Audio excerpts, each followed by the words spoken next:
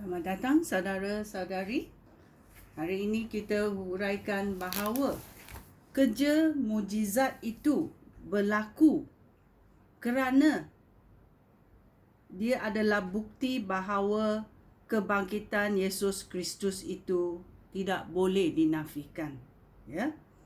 Kerja-kerja mujizat berlaku bila kita ucap nama Yesus. Ya. Dalam nama Yesus, ya, kita ucap. Okey. Yang ketiga adalah semua orang yang percaya kepada penyelamatan Yesus Kristus boleh keluar berdakwah.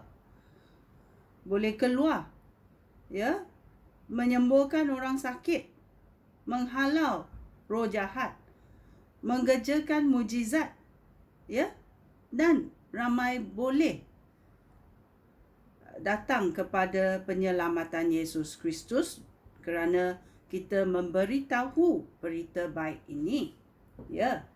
Dan ramai kerja-kerja mujizat yang dilakukan oleh Tuhan sendiri, ya.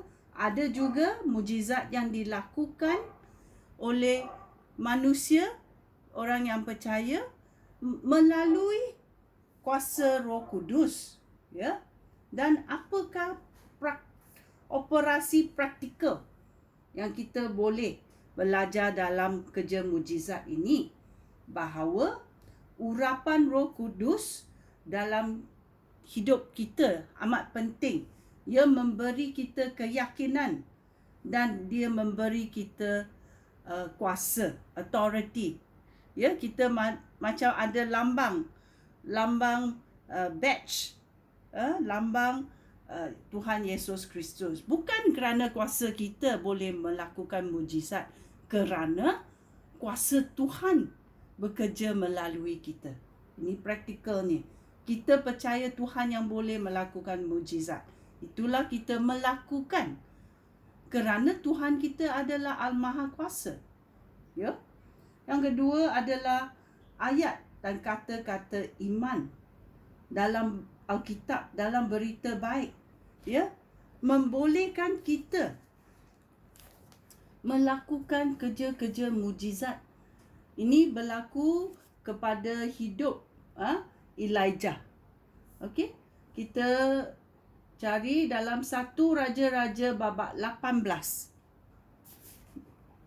Babak 18 ayat 21 bermula. Ya. Elijah menghadap umat dan berkata kepada mereka, "Sampai bilakah kamu nak berdua hati? Jika Tuhan itu Allah, sembahlah Tuhan. Tetapi jika Baal itu Allah, sembahlah dia Baal." Tetapi umat itu tidak menjawab apa-apa. Ya. Kerana umat Yahudi ramai yang pergi menyembah berhala. Itulah Elijah datang berkata, "Sampai bilakah kamu nak berdua hati?" Ya. Semua pun nak. Ada orang yang percaya banyak Tuhan. Semua pun nak. Itulah dia berkata, "Sampai bilakah kamu nak tetap berdua hati? Pilih satu." Okey? Lalu Elijah berkata, "Nabi Tuhan hanya tinggal saya seorang. Sedangkan Nabi Baal ada 450 orang. Ya. Bawalah 2 ekor lembu jantan, biarlah nabi-nabi Baal mengambil seekor, menyembelihnya, memotong-motongnya, lalu meletakkan di atas kayu api. Tetapi jangan nyalakan api dulu. Saya juga akan berbuat demikian dengan lembu jantan yang seekor lagi. Biarlah nabi-nabi Baal berdoa kepada dewa mereka dan saya akan berdoa kepada Tuhan. Yang menjawab dengan mengirim api, dialah Allah." Ya, ini adalah macam exam Ini adalah untuk membuktikan siapa tu Allah. Ya, itulah dia berkata, yang menjawab dengan mengirim api, dialah Allah. Dengan suara yang kuat, segenap rakyat berseru bahawa mereka bersetuju. Okey, mereka berkata. Selepas itu, Elijah berkata kepada nabi-nabi Baal, oleh sebab kamu banyak, biarlah kamu yang menyiapkan lembu jantan itu dahulu. Berdoalah kepada dewa kamu, tetapi jangan nyalakan api pada kayu itu sekarang. Ya, mereka mengambil seekor lembu jantan yang telah diberikan kepada mereka, menyiapkannya, lalu berdoa kepada Baal sehingga tengah hari. Mereka berseru, jawablah kami ya Baal, jawablah kami ya Baal. Mereka berbuat demikian sambil menari-nari di sekeliling mezbah yang telah dibina, tetapi tidak ada jawapan, tidak ada api. Ya. Pada tengah hari, Elijah mula mengolok-olokkan mereka. Berdoalah lebih kuat lagi, katanya. Baal, Tuhan kamu bukan? Mungkin dia sedang melamun atau pergi ke toilet, pergi ke tandas. Mungkin juga dia sedang pergi ke tempat lain. Atau mungkin juga dia sedang tidur dan kamu harus membangunkan dia. Oleh itu, nabi-nabi Baal berdoa dengan lebih kuat lagi. Mereka juga meluka-lukakan badan mereka sendiri dengan pedang dan tombak menurut adat mereka. Ya. Sehingga darah bercucuran. Ya. Mereka terus bergempar-gempur sehingga jauh petang. Tetapi tidak ada yang menjawab dan tidak ada bunyi yang terdengar. Api tidak menyala. Kemudian Elijah berkata kepada semua orang di situ, marilah dekat dengan saya. Lalu mereka berkumpul di sekelilingnya. Elijah mula memperbaiki mezbah Tuhan yang telah rosak itu. Ya, kalau kita tidak selalu memuji Tuhan, mezbah kita, ya, tidak kuat. Ini berlaku. Elijah mula memperbaiki mezbah Tuhan yang telah rosak itu.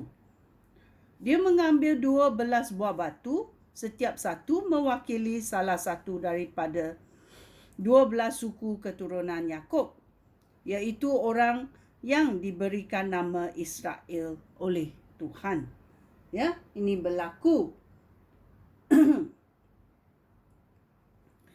Dengan batu-batu itu, Elijah membina semula mezbah, tempat beribadat kepada Tuhan. Di sekeliling mezbah itu, Elijah menggali parit yang boleh menampung air sebanyak kira-kira 15 liter. Kemudian dia meletakkan kayu api di atas mezbah, memotong-motong lembu jantan itu dan meletakkannya di atas kayu api. Elijah berkata, penuhilah 4 buah buyung dengan air, lalu tuanglah air itu ke atas korban dan kayu itu. Ya, kalau kayu lembap, susah nak diapikan. Ya, mereka melakukan suruhan itu. Elijah berkata, buatlah lagi. Mereka melakukan lagi.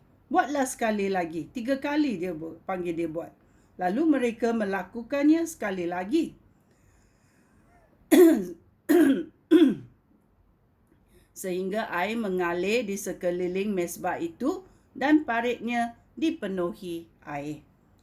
Pada masa mempersembahkan korban petang, Nabi Elijah menghampiri mezbah itu dan berdoa, ya Tuhan, Allah Abraham, Ishak dan Yakub, sekarang buktikanlah bahawa Engkau Allah Israel dan bahawa aku hamba kamu. Buktikanlah. Buktikanlah juga bahawa aku melakukan semua menurut perintah kamu. Jawablah aku, ya Tuhan, jawablah aku supaya umat ini tahu bahawa engkau betul-betul Tuhan dan kamu adalah Allah, dan bahawa engkau sedang membawa mereka kembali kepada kamu. Ya. Kemudian Tuhan menurunkan api dari langit dan membakar korban itu bersama dengan kayu api, batu dan tanah, sehingga air di dalam parit itu menjadi kering.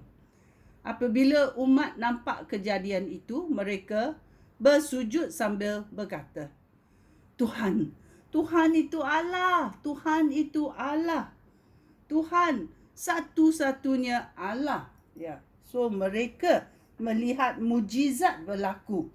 Ya. Mujizat berlaku bila Elia berkata, ya, sampai bilakah kamu mahu tetap berdua hati? Ya, kalau Tuhan itu Allah, sembahlah Tuhan. Ya, itu adalah yang dikatakan kata-kata iman boleh menukarkan hidup seseorang. Ya, dan tindakan iman yang berani. Ya, kita bila sudah ada kepercayaan dalam Yesus Kristus, kita gagah berani. Ya, kerana hidup kita sudah diserahkan kepada Yesus Kristus. Ya, dan kita hidup untuk Yesus Kristus. Ya, dan dia boleh bekerja melalui hidup kita. Ya, ini adalah apa yang kita sudah belajar mengenai, ya, kerja-kerja mujizat, iaitu kita sudah belajar, ya, anugerah bertutur, anugerah wahyu, anugerah kemampuan. Sudah beberapa minggu kita sudah belajar.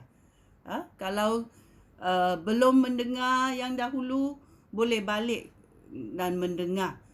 Ya, kita semua belajar bersama-sama supaya kita tahu hasrat Tuhan. Sekian, terima kasih. Shalom.